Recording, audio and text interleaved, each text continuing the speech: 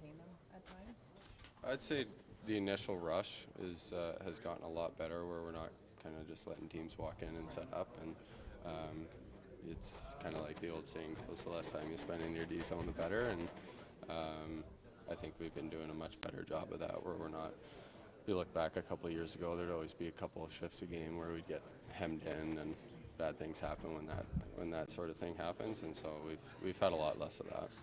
What are your impressions of how this Senators Canadian rivalry has kind of grown since you joined the team a few years ago?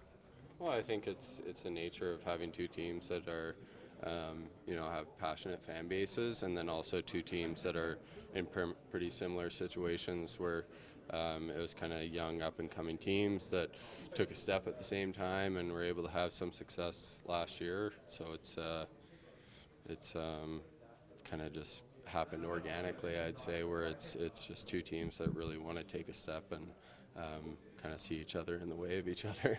And how would you describe the challenge of going up against a player like Tim Stutzla, who was so important for the Sens team?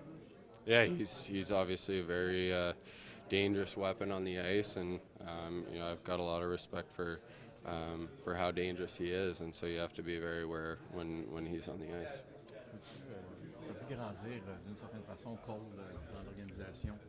Un joueur de hockey qui est devenu beaucoup plus sur 200 pieds, j'imagine que lorsque tu es arrivé ici. Peux-tu parler de sa progression au cours des années? Ouais, c'est sûr que sa game continue à grandir.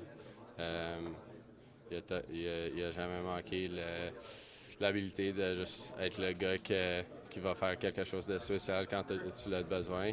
Mais c'est sûr que sa game de 200 pieds est vraiment impressionnant. Puis je trouve que c'est sûr que c'est un joueur très important pour notre équipe.